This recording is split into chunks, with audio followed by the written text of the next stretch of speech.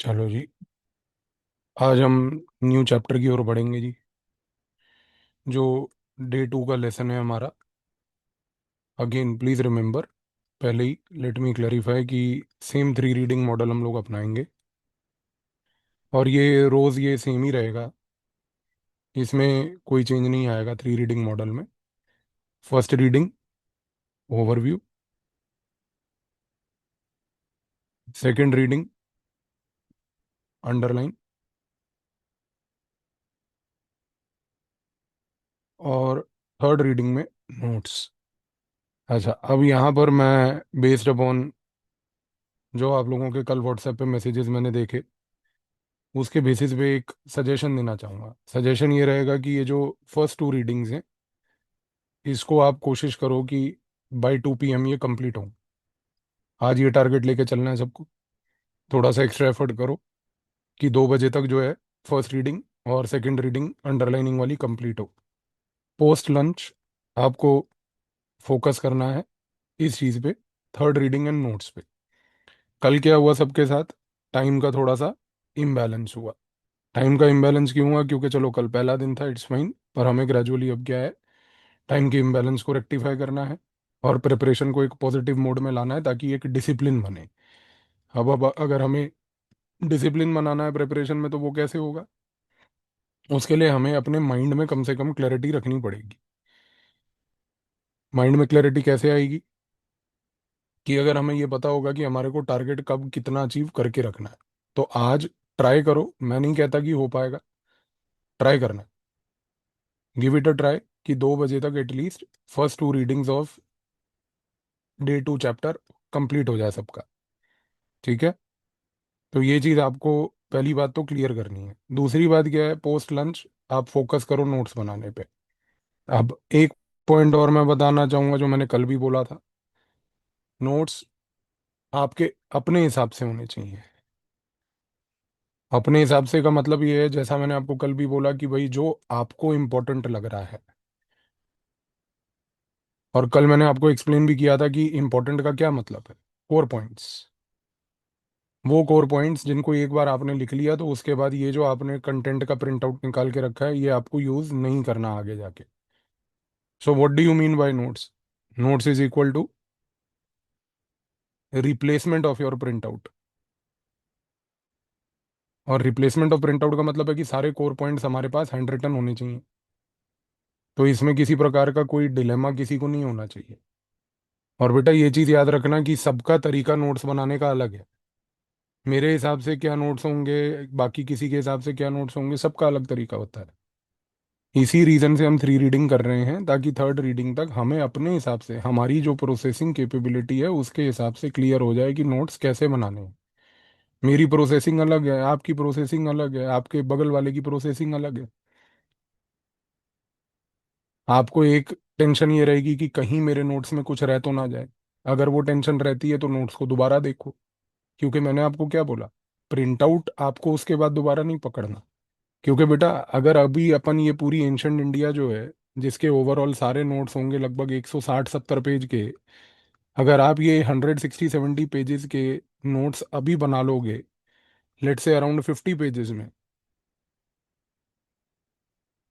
तो ये सफिशिएंट है। क्योंकि अभी हम जब आगे ग्रेजुअली अगले आगे वाले मंथ्स में एंशंट को रिवाइज करेंगे, जब हम दूसरे सब्जेक्ट्स कर रहे होंगे, ये 50 पेजेस भी कम होते होते आपके 30 पेज हो जाएंगे। और एग्जाम से पहले आपके पास 30 पेज में सोचो पूरी एंशंट और कल्चर होगी। मैं 50 पेज सिर्फ एक एग्जाम्पल ले रहा हूँ, मैं नहीं कह रहा कि 50 ही होंगे। इट कैन बी 60 ऑल्सो बेटा, it can be 70 also. But it again depends upon you. So worry नहीं करना। बट नोट्स में बस एक चीज इंश्योर करनी है कि points are written in this manner for every topic sub topic, कि that part can be replaced all together. आपको उसके बाद वो चीज दोबारा उठा के नहीं देखनी, प्रिंट आउट अपना। तो ये चीज को इंश्योर करो। आज जो हम चैप्टर पढ़ेंगे डे 2 में, स्टोनेज वाला चैप्टर है वो। ये चैप्टर इंपॉर्टेंट है क्योंकि इसमें प्रीलिम्स में तो क्वेश्चंस कम आते हैं लेकिन बट मेंस में ये रिलेटिवली अब सडनली एक इम्पॉर्टेंट एरिया बन गया है। तो थोड़ा सा इस पर्टिकुलर चैप्टर को ध्यान देके इम्पोर्टेंट तरीके से पढ़िएगा। आज जब आप ये चैप्टर पढ़ोगे तो आप देखोगे कि इस चैप्टर में आउटलाइन कुछ ऐसी है कि यहाँ पर 3 फेजेस ऑफ स्टोन एज के बारे में चर्चा की गई है। आज ये चैप्टर जब आप पढ़ोगे तो उसमें आप देखोगे कि यहाँ पर बात की गई है कि एक पेलियोलिथिक एज होती है, एक मीजोलिथिक एज होती है, एक नियोलिथिक एज होती है। ये 3 एजेस के बारे में, जो स्टोन एज के पार्ट्स हैं, इनके बारे में पहली बात तो चर्चा की गई है। पेलियोलिथिक को जो है हम लोग ओल्ड स्टोन एज भी कहते हैं, क्योंकि ये सबसे पुराना एज है। और जनरली हम देखते हैं कि इसका जो टाइमलाइन है वो नियरली 5 लाख BC से लेकर ऑलमोस्ट 10,000 BC तक का है। तो यू कैन इमेजिन कि ये कितना पुराना है। यहाँ पर ज़्यादातर हम कहते हैं कि आदमी जो है वो बेसिकली क्या था, हंटर गैदरर था, हंटिंग करता था, गैदरिंग करता था। और सबसे इम्पोर्टेंट बात है ना कि पेलियोलिथिक एज के टाइम पे वर्ल्ड में आइस एज चल रही थी। तो पेलियोलिथिक उस पीरियड में बेसिकली बना। लेकिन उसके बाद अगर हम बात करें मीजोलिथिक और नियोलिथिक की, तो सबसे पहले इस पीरियड में हम कहते हैं कि यहाँ पर ये आया होलोसीन पीरियड में। So ice age and Holocene age, ये दोनों के बीच में क्लैरिटी रखिएगा जब आप ये चैप्टर पढ़ते हैं तो। होलोसीन एक एज है जो आइस एज के बाद आती है, और वो एज में मीजोलिथिक और नियोलिथिक पीरियड पहली बात तो डेवलप हुआ। अब मीजोलिथिक पीरियड जो है, जिसको हम मिडल स्टोन एज भी कहते हैं, ये मिडल स्टोन एज वाला जो पीरियड है बेटा, ये ऐसा पीरियड है जो 10,000 BC से लेकर 4,000 BC तक के पीरियड तक टाइमलाइन में पाया जाता है। मीजोलिथिक में हम ये देखते हैं कि जो स्टोन टूल्स हैं वो इवॉल्व करते हैं, और वो बेसिकली छोटे हो जाते हैं, तो हम कहते हैं माइक्रोलिथ। और जब हम नियोलिथिक पीरियड की बात करते हैं तो हम यहाँ पर कहते हैं कि भाई मैन जो है वो सेटल्ड लाइफ जीना शुरू कर देता है। यहाँ पर मैन जो है वो फार्मिंग करना शुरू कर देता है। मैन जो है यहाँ पर पॉटरी बनाना चालू कर देता है। यहाँ पर जो है विलेजेस में रहना चालू कर देता है। तो अगर आप एक एवोल्यूशन को आज देखोगे इस चैप्टर में, तो आप देखोगे कि पेलियोलिथिक, मीजोलिथिक, नियोलिथिक का एक एवोल्यूशन देखने को मिल रहा है। इस तरीके से चीजें इवॉल्व हो रही हैं।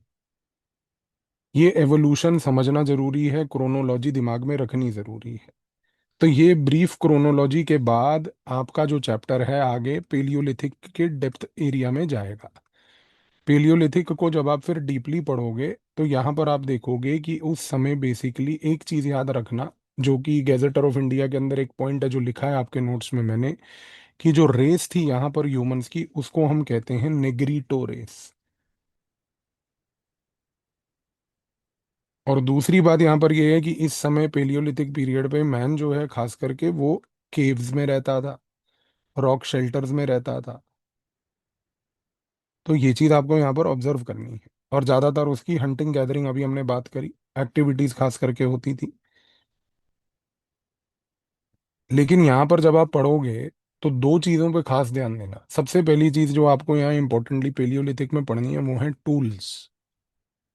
टूल्स इसलिए क्योंकि ये बनते थे बेसिकली क्वार्ट्जाइट के। क्वार्ट्जाइट एक मटेरियल होता है, उस मटेरियल से बेसिकली ये लोग पेलियोलिथिक मैन टूल्स बनाते थे। इस रीजन से पेलियोलिथिक मैन को क्वार्ट्जाइट मैन भी बोला जाता था। क्वार्ट्जाइट मैन, इस चीज पे खास ध्यान दीजिएगा। और दूसरी चीज यहाँ पर जो आपको याद रखनी है इस चैप्टर में वो ये है कि यहाँ पर लोगों का एक आर्ट फॉर्म दिखा।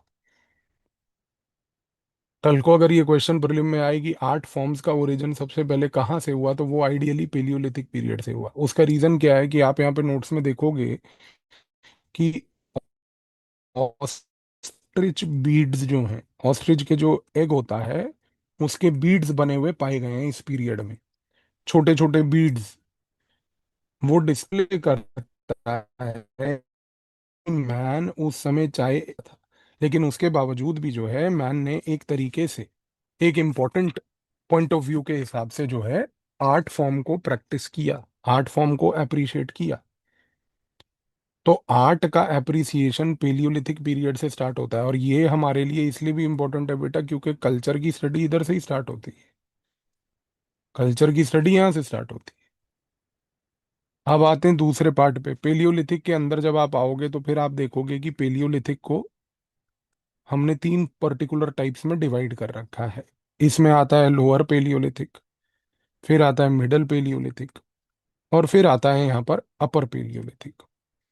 अच्छा, ये जो लोअर पेलियोलिथिक है, यहाँ पर टूल्स अलग प्रकार के थे, यहाँ पर मिडल में टूल्स फिर थोड़े से चेंज हुए, और अपर में टूल्स चेंज हुए। तो आपको सबसे पहले समझना है ये टूल्स का एवोल्यूशन। ये क्वेश्चन एग्जाम में आता है बेटा। अब मैं आपको एक एग्जांपल देता हूँ। लोअर पेलियोलिथिक में हैंड एक्स यूज होता था। हैंड एक्स बड़ा टूल है, हैंड एक्स। लेकिन मिडल पेलियोलिथिक तक ब्लेड्स यूज होने लगे। और लो अपर पेलियोलिथिक तक जब हम पहुंचते हैं तो यहां पर हम देखते हैं कि और pin pointed basically micro tools use होने लगे। इसका क्या मतलब है? इसका मतलब ये है कि जो पेलियोलिथिक एज भी है वो इटसेल्फ कोई मोनोलिथ नहीं है। ये पॉइंट याद रखिएगा, इस तरीके के क्वेश्चंस यूपीएससी पूछ रहा है आजकल। मोनोलिथिक, मोनोलिथिक का मतलब है कि वो कोई एक सॉलिड ब्लॉक नहीं है जिसमें कोई एवोल्यूशन नहीं हुआ। क्योंकि पेलियोलिथिक में जब हम लोअर मिडल और अपर पेलियोलिथिक को ऑब्जर्व करते हैं तो आप इस चीज को देखते हो कि इन तीन फेजेस में भी टूल्स का एवोल्यूशन हो रहा है। इन तीन फेजेस में भी अगर टूल्स इवॉल्व हो रहे हैं तो उसका मतलब ये है कि मैन यहाँ पर अपनी लाइफ को, as he moves from lower to upper palaeolithic, he is trying to improvise his life. Number one. Number two, दूसरा, अगर मैं आपसे एक चीज पूछूं, टूल्स का चेंज होना क्या दर्शाता है, क्या सिग्निफाई करता है? It signifies a very important thing. कल भी मैंने आपको बोला था बेटा, थिंकिंग कैपेबिलिटी डेवलप करो, सोच डेवलप करो। कल हमने क्या बात करी, आज हमने क्या बात करी? अब देखो यहाँ पे थिंकिंग कैपेबिलिटी की। आप देख रहे हो कि हैंड एक्स से लेके वो माइक्रो टूल्स की ओर जा रहा है। उसके टूल्स सिर्फ इम्प्रोवाइज नहीं हो रहे, टूल्स के साथ साथ इम्प्रोवाइज होने का मतलब यहाँ पर ये भी है कि man is able to now develop better control of the nature. Man is able to develop better control over nature. क्योंकि अगर मैन हंटर गैदरर है, मैन हंटर गैदरर होने के नाते नेचर में रह रहा है, नेचर में जिस प्रकार से वो टूल्स को इवॉल्व करके यूज कर रहा है, इट सिग्निफाइज कि अगर टूल्स ग्रेजुअली इवॉल्व हो रहे हैं तो उसका नेचर के ऊपर कंट्रोल रिलेटिवली बेटर हो रहा है। इस चीज को कैप्चर कीजिएगा आज बेटा, जब ये चैप्टर आप पढ़ोगे ध्यान से, because this is where you have to understand this. Number one. Number two, palaeolithic period में यहाँ पर लोअर पेलियोलिथिक पीरियड की साइट्स आएंगी। यहाँ पर दो इंपॉर्टेंट साइट्स हैं। एक है सोहन वैली पाकिस्तान में, दूसरी है बेलन वैली। इनफैक्ट एक और भी है, तीसरी यहाँ पर नर्मदा वैली। आपके दिमाग में ये आना चाहिए कि भाई Narmada valley for example, why Narmada valley was the place where lower palaeolithic evolved first. Narmada valley में अब यहाँ पर आता है वो पॉइंट ज्योग्राफी का जो आपने कल चैप्टर में पढ़ा, कि हाउ ज्योग्राफी इन्फ्लुएंसेस हिस्ट्री। फिर जब आप मिडल पेलियोलिथिक की ओर आते हो तो यहाँ पर हम बात करते हैं मिडल पेलियोलिथिक में न्यू साइट्स की। और यहाँ पर जब आप लोअर अपर पेलियोलिथिक में आते हो यहाँ पर फिर न्यू साइट्स आ जाती हैं। तो यहाँ पर जब हमने ये पॉइंट बोला, सबसे इंपॉर्टेंटली, कि भाई पेलियोलिथिक पीरियड एक मोनोलिथिक पीरियड नहीं है, तो वो सिर्फ टूल्स के कॉन्टेक्स्ट में नहीं है बेटा। वो पेलियोलिथिक पीरियड एक मोनोलिथिक पीरियड नहीं है also because the way the sites are improving. Sites का इम्प्रोवाइजेशन और चेंज होने का मतलब क्या है? उसका मतलब ये है कि मैन सिर्फ हंटर गैदरर नहीं था, मैन सिर्फ एक जगह से दूसरी जगह वॉन्डर नहीं कर रहा था। यहाँ पर आपको ये भी चीज कैप्चर करके समझनी है कि जैसे जैसे मैन नई साइट्स को डिस्कवर कर रहा था, उन नई साइट्स पे वो पूरे के पूरे टूल्स को बेटर कंट्रोल कर पा रहा था, नेचर को बेटर कंट्रोल कर पा रहा था। यानी कि he was moving towards what is called as specialisation. ये क्वेश्चन मेंस में भी आएगा आपके, कि palaeolithic period signifies an intense degree of specialisation of man. फिर वहां पे आप परेशान हो जाओगे, अब हम यहाँ क्या लिखें? फिर आप वहां पर लिख दोगे palaeolithic period is divided between lower middle upper palaeolithic. ये नहीं मांग रहा है वो आपसे, वो आपसे डिग्री ऑफ स्पेशलाइजेशन में पूछ रहा है कि एवोल्यूशन कैसे चेंज हो रहा है, इंप्रूव हो रहा है। अब दूसरी चीज, फिर हम आते हैं यहाँ पर मीजोलिथिक एज पे। मीजोलिथिक एज में हम ये बात करते हैं कि यहाँ पर माइक्रोलिथ का प्रयोग किया गया। माइक्रोलिथ का मतलब होता है सर टाइनी स्टोन टूल्स। अच्छा, सबसे बड़ी बात यह है कि इनका यूसेज बड़ा अलग था। ये यूज किए जाते थे for that matter arrow head में, अब देखो ये कितनी इंपॉर्टेंट चीज है, तीर कमान, जिसको हम बचपन में कहते थे। सुना है सबने तीर कमान? यहाँ पर मीसोलिथिक एज तक बंदे ने इस प्रकार के एरो हेड बनाने चालू कर दिए कि उस पे वो छोटे से स्टोन टूल लगा रहा है। पेलियोलिथिक पीरियड से मीसोलिथिक एज में आते आते आप मैन के स्पेशलाइजेशन को समझो। वो स्पेशलाइजेशन इस प्रकार का हो गया कि अब वो एरो हेड्स बना रहा है, सिकल्स बना रहा है,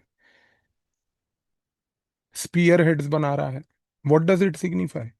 it signifies a much more deeper control over the environment in which man is living।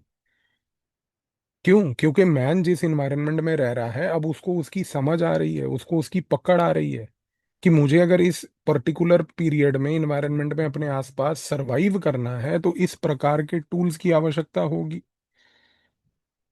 अच्छा, और सबसे बड़ी बात देखिए कि यहाँ पर मीजोलिथिक एज में आप फिर अलग प्रकार की साइट्स देखोगे। और सबसे बड़ी साइट यहाँ पर बंगोर करके एक साइट है, जो कि राजस्थान में है। अब कितनी आयरॉनिकल बात है। अभी हम अगर बात कर रहे थे पेलियोलिथिक एज में, तो वहां हम बात कर रहे हैं बेलान वैली, नर्मदा वैली। वहां से सडनली जो है मीजोलिथिक एज की सबसे बड़ी साइट अगर कोई देखते हैं तो वो बंगोर राजस्थान है। तो ये जोग्राफिकल स्प्रेड कैसे चेंज हो रहा है? This is where you have to think in your mind today. फिर मैं बोल रहा हूँ बेटा, इस चैप्टर को ब्लाइंडली रीड नहीं करना है, सोचना। चेंज हो रहा है तो क्यों हो रहा है, क्या कारण हो सकते हैं। फिर यहाँ पर आप बात करते हो मीजोलिथिक आर्ट की। और सबसे बड़ी बात यह है कि यहाँ पर जो आर्ट था वो बेसिकली रॉक पेंटिंग्स के फॉर्म में देखा गया। अभी देखो, मैंने आपको बताया कि पेलियोलिथिक पीरियड में ही आर्ट का एवोल्यूशन हुआ।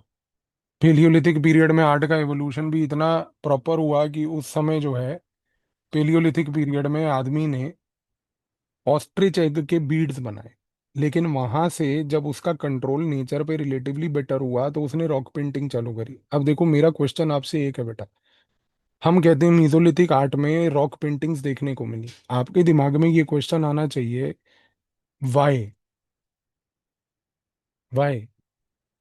भाई, कोई भी आदमी जो अभी तक मीजोलिथिक एज तक सेटल्ड लाइफ नहीं जी रहा है, कोई भी आदमी जो अभी तक स्टेबल लाइफ नहीं जी रहा है, वो व्यक्ति पहली बात अगर रॉक पेंटिंग्स कर रहा है, उसका क्या इम्प्लीकेशन है? उसका इम्प्लीकेशन ये है कि कम से कम पेलियोलिथिक से जब वो आदमी मीजोलिथिक तक आया तो उसकी लाइफ में रिलेटिवली कुछ तो स्टेबिलिटी आई। क्योंकि जब तक लाइफ में स्टेबिलिटी नहीं होगी, आप आउटवर्ड मैनिफेस्टेशन नहीं कर पाओगे। ये पॉइंट समझ रहे हो? Outward manifestation. आउटवर्ड मैनिफेस्टेशन का मतलब है कि यहाँ पर आप ये लेजर एक्टिविटी नहीं कर पाओगे। लेजर एक्टिविटी कौन सी होती है? ये होती है पेंटिंग। सर, पेंटिंग एक लेजर एक्टिविटी है। आप सोचो कि एक मजदूर है जो बेचारा मजदूरी कर रहा है, मजदूरी कर रहा है लेट से एक कंस्ट्रक्शन साइट पे। क्या वो कंस्ट्रक्शन साइट पे काम करने वाला मजदूर कभी पेंटिंग करेगा? नहीं करेगा ना वो। कभी आप देखोगे कि किसी मजदूर ने बैठ के पेंटिंग करी है? नहीं कर पाएगा वो। वाई? बिकॉज वो लाइफ के एक स्ट्रगल वाले फेज में है।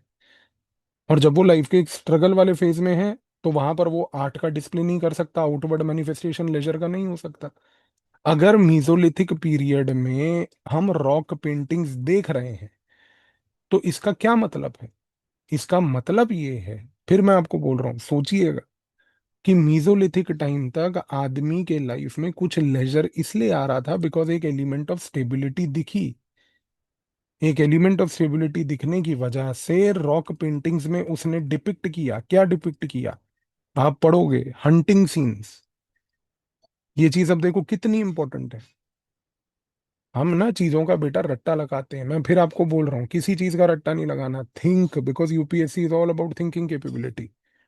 वो हेरा चला गया, रट लो, एलिमिनेट कर लो, वो जो मूर्ख बना बना के, बेवकूफ बना बना के लोगों ने 5 साल आपको पागल बनाया। मैन मीजोलिथिक पीरियड में हंटिंग सीन्स को डिपिक्ट कर रहा है। हंटिंग सीन्स को डिपिक्ट करने का मतलब क्या है? कि आदमी को ये पता है कि अगर मैं मान लो एक एरो से, एक तीर से एक डियर को हंट करूंगा तो ये डियर को हंट करने से मुझे कुछ दिनों का खाना मिल जाएगा। अगर मुझे वो कुछ दिनों का खाना मिल जाएगा, उससे मेरे को स्टेबिलिटी प्राप्त होगी। फिर मुझे अगले 10-5 दिन जो है वॉन्डरिंग नहीं करनी पड़ेगी। और अगर मुझे वॉन्डरिंग नहीं करनी पड़ेगी तो मैं रिलैक्स कर सकता हूँ। रिलैक्स कर सकता हूँ तो मैं क्यों ना उस सीन को डिपिक्ट करूं। सो ब्लाइंडली नहीं देखना हमें कि भाई रॉक पेंटिंग थी मीसोलिथिक पीरियड में और उसमें जो है हंटिंग सीन होते थे, भाई उसका मीनिंग है, उस मीनिंग को समझो बेटा, कि वो क्या दर्शाने की कोशिश कर रहा है। अच्छा दूसरी बात देखो, ये लोग यहाँ पर पेंटिंग करने के टाइम पे अलग अलग प्रकार के कलर्स का प्रयोग करते थे। ठीक है, कलर देखो क्या है सर, रेड कलर होता था, ग्रीन कलर होता था, ब्लैक कलर होता था, व्हाइट कलर होता था। ये चार कलर हम देखते हैं मीसोलिथिक पीरियड में यूज किए गए। आज हिस्टोरियंस क्या कहते हैं, आप देखो, अब ये पॉइंट जो मैं बोलने जा रहा हूँ, रेड कलर आता है हेमेटाइट से, जो उस समय मैन ने यूज किया। हेमेटाइट क्या है सर, आयरन का यूसेज है। अच्छा, ग्रीन कलर वो कहते हैं आता है चैल्सेडोनी से। ठीक है, ब्लैक कलर यहाँ पे आता है मैंगनीज से, जो इन्होंने यूज किया। और व्हाइट कलर इन्होंने लाइम से यूज किया।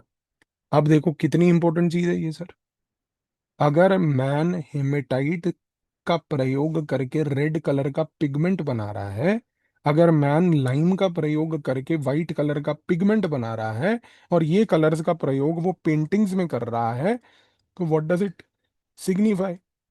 It signifies not only man's knowledge of colors, it signifies man's knowledge of minerals। कि मैन को ये बात उस समय तक अंडरस्टैंड हो रही थी सर। तो क्या ये कह सकते हैं कि हम उस समय का मैन अनपढ़ और पिछड़ा था? सर वो अनपढ़ और पिछड़ा नहीं था। अगर उसको इतनी अकल थी कि मैंगनीज से ब्लैक कलर प्रोड्यूस हो सकता है, तो आप इस चीज से अंदाजा लगाइए कि मैन एट दैट टाइम, अब अगर यही स्टेटमेंट प्रीलिम्स में आ जाए कि mesolithic man basically new had knowledge of minerals, फिर वो हाहाकार मच जाएगा पूरे यूपीएससी इंडस्ट्री में। फिर वो आ जाएंगे कुछ कोचिंग वाले, इंस्टाग्राम पे रील बनाने वाले, यूपीएससी ऐसे ऐसे ऐसे करके क्या पूछ रहा है। अरे बेवकूफ दिमाग, जो चीजें पूछ रहा है तुम बताओ तो सही क्यों और कहाँ से पूछ रहा है। तुम्हें कभी नहीं पढ़ी ना तुमने कभी पढ़ाई, फिर तुम ऐसी ऊट पटांग बातें।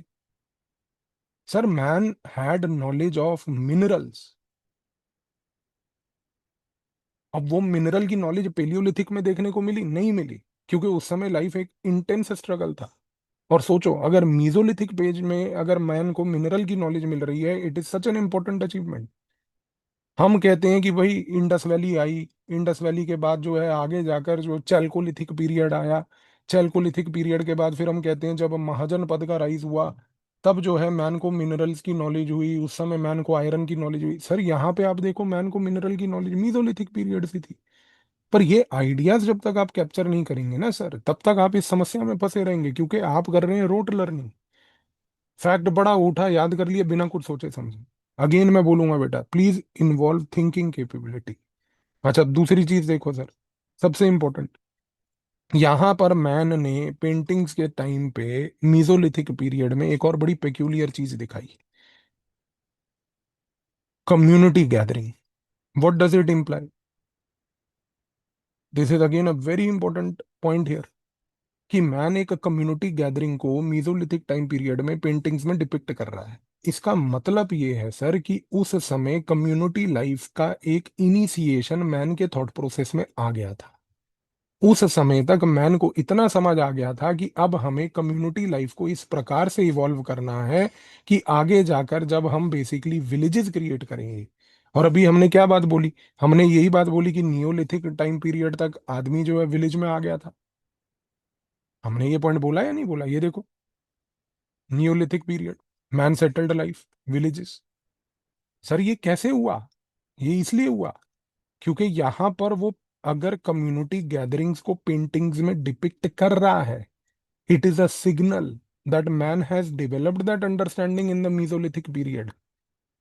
Man has developed that understanding in the Mesolithic period that life means stability, stability means living together, and community gathering को शो करना means incipient village, incipient village। आप ये कह सकते हो proto village, proto village life. ये चीज समझ आई आपको? इस थॉट को प्लीज कैप्चर कीजिएगा आज, जब आप ये वाला पार्ट पढ़ेंगे मीजोलिथिक का। इस रीजन से पूरे स्टोन एज में मीजोलिथिक एज सबसे इंपॉर्टेंट है। और इस रीजन से मैं आपको बताता हूँ, मीजोलिथिक एज पे यूपीएससी ने मेंस में भी क्वेश्चन दिया है। इस रीजन से, क्योंकि सर लोग इस एज को नहीं समझ पा रहे हैं। हम क्रोनोलॉजिकली सिर्फ फैक्चुअली इस पर्टिकुलर पार्ट को स्लाइडों के थ्रू रट लेते हैं। अब आते तीसरी चीज पे सर, नियोलिथिक।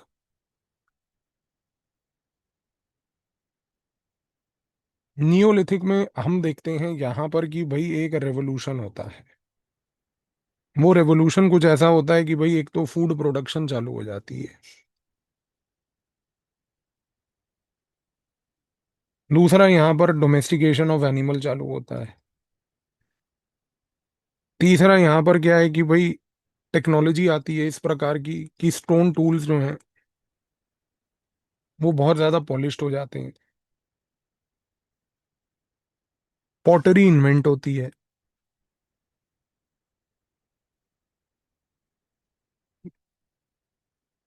पॉटरी पेंट होती है।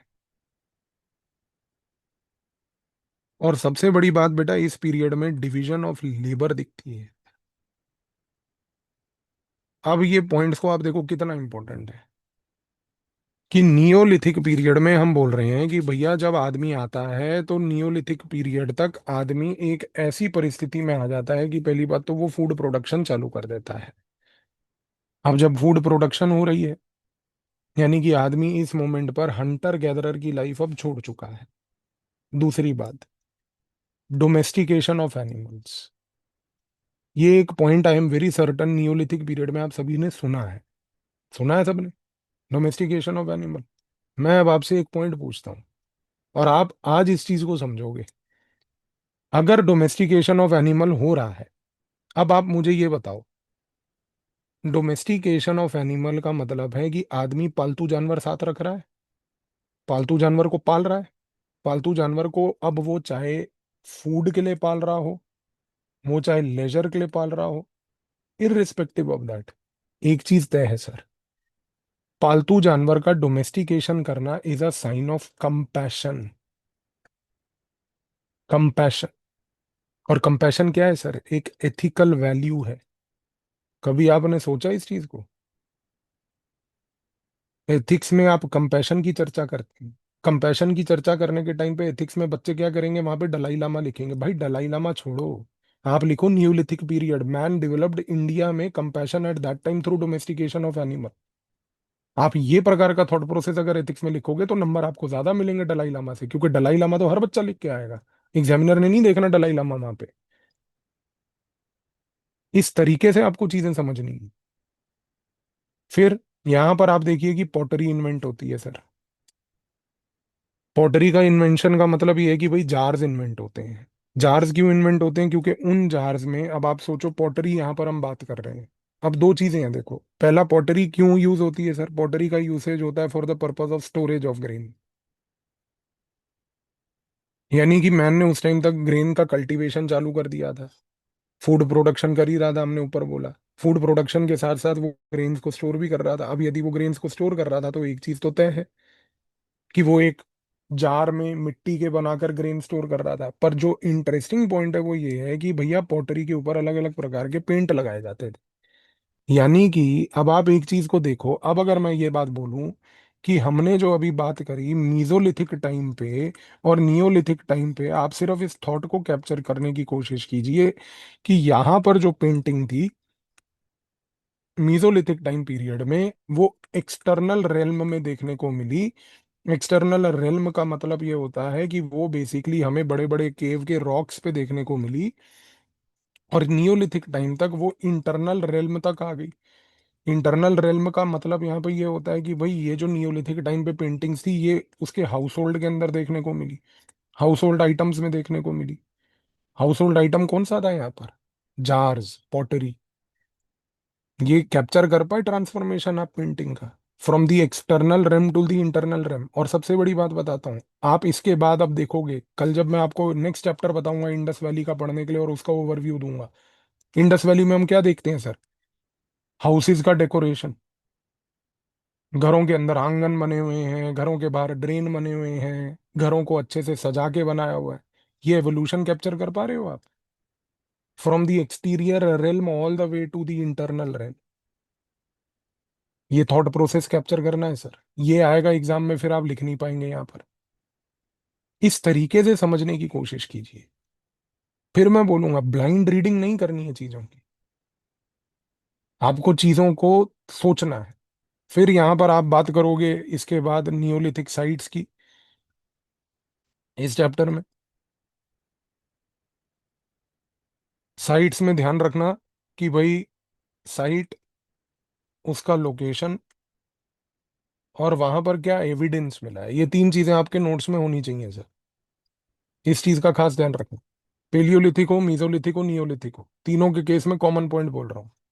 Everywhere wherever there is a site, उसकी लोकेशन आपको पता होनी चाहिए, एविडेंस आपको पता होना चाहिए। आगे आने वाले मंथ्स में जब मैं आपको रिवीजन कराऊंगा एंशंट की, मैंने एक प्लान ये भी रखा हुआ है कि मैं आपको मैप दूंगा। एक हफ्ता आपको मैप दूंगा और एक हफ्ता मैप दे के क्लास में सिर्फ इतना बोलूंगा करने को कि इस मैप पे अब हम पूरा हफ्ता सिर्फ पेलियोलिथिक साइट्स को ही स्पॉट करेंगे, ताकि कल को अगर यूपीएससी इस लेवल का क्वेश्चन भी प्रीलिम में दे दे कि वो एक मैप के अंदर एक स्टेट बना दे और स्टेट के अंदर बोले कि ये एक डॉट है, मान लो एक ऐसा सा कोई सा स्टेट बना दिया और बोला ये डॉट है, बताओ ये कौन सी पेलियोलिथिक साइट है, तो आपको पता होनी चाहिए। क्योंकि यूपीएससी जिस दिशा में जा रहा है हमें उस दिशा के लिए तैयारी करनी है।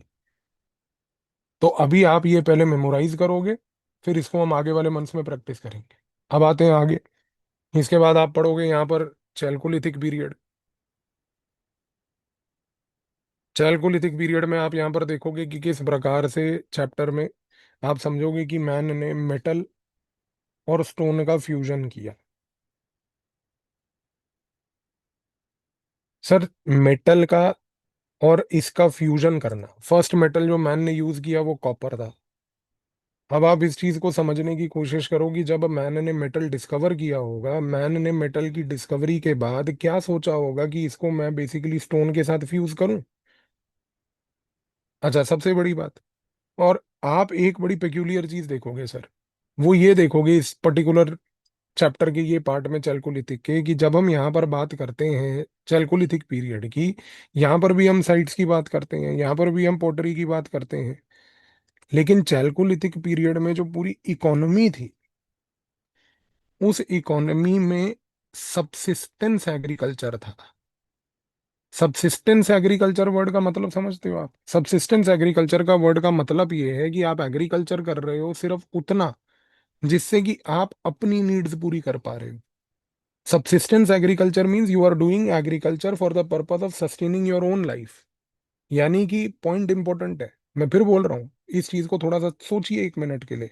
अगर हम कह रहे हैं कि चैल्कोलिथिक पीरियड का प्रिंसिपल फीचर है सबसिस्टेंस एग्रीकल्चर, तो क्या इससे ये इन्फ्रेंस निकल सकता है कि by the time man reach chalcolithic period man was able to do trade? Man was able to do trade in chalcolithic period? Is this an inference possible? Is this an inference possible? It is not possible. Why it is not possible? क्योंकि sir जब आदमी कर ही subsistence agriculture रहा है, उसके पास surplus ही नहीं है, और जब सरप्लस है ही नहीं तो ट्रेड किस बात का होगा? इस प्रकार के इन्फ्रेंस वाले क्वेश्चन आ रहे हैं बेटा अब आज की डेट में प्रीलिम में। कल करंट अफेयर में भी कराया था, आज भी करेंगे आगे। और सिर्फ करंट अफेयर नहीं बेटा, अब हर सब्जेक्ट को इस नजरिए से पढ़ना है आपने कि क्या इन्फ्रेंस निकल रहा है इससे, क्या थॉट प्रोसेस बन रहा है इससे। ये चीजें कोई किताब या कोई टीचर नहीं दे सकता आपको सर, ये आपका दिमाग ही दे सकता है। और ये तभी पॉसिबल होगा जब आप थ्री रीडिंग करोगे, थ्री रीडिंग करते हुए नोट्स बनाओगे, नोट्स बनाते हुए इन चीजों को ध्यान से लिखोगे और समझोगे। ब्लाइंडली नहीं नोट्स बनाओगे। आप लिख रहे हो नोट्स में कि भाई चैल्कोलिथिक पीरियड में सबसिस्टेंस एग्रीकल्चर था, सबसिस्टेंस एग्रीकल्चर से क्या इंप्लाई हो रहा है, क्या इन्फ्रेंस निकल रहा है, ये आपको सोचना है। इस प्रकार से अपनी सोच को डेवलप करो बेटा, अभी टाइम है, अभी टाइम है। क्योंकि अगर अभी आपने ये चीज को और थॉट प्रोसेस को डेवलप नहीं किया तो फिर ये एकदम से प्रीलिम से 2 महीने पहले नहीं आने वाली है। ये वो शॉर्टकट्स नहीं है अब जो प्रीलिम से पहले आप रटोगे बैठ के और प्रीलिम पार हो जाएगा, एरा खत्म हो गया वो। अभी से डेवलप करो ये सोच, इसको कहते हैं इंक्विजिटिवनेस। सोचो, क्वेश्चन करो अपने आप, क्यों होता है ये, क्या दिखा रहा है, क्या समझा रहा है। चैल्कोलिथिक पीरियड में आप ये करोगे। इसके बाद फिर आते हैं हमारे यहाँ पर, आप पढ़ोगे चैप्टर के अंदर एंड में मेगालिथिक कल्चर्स।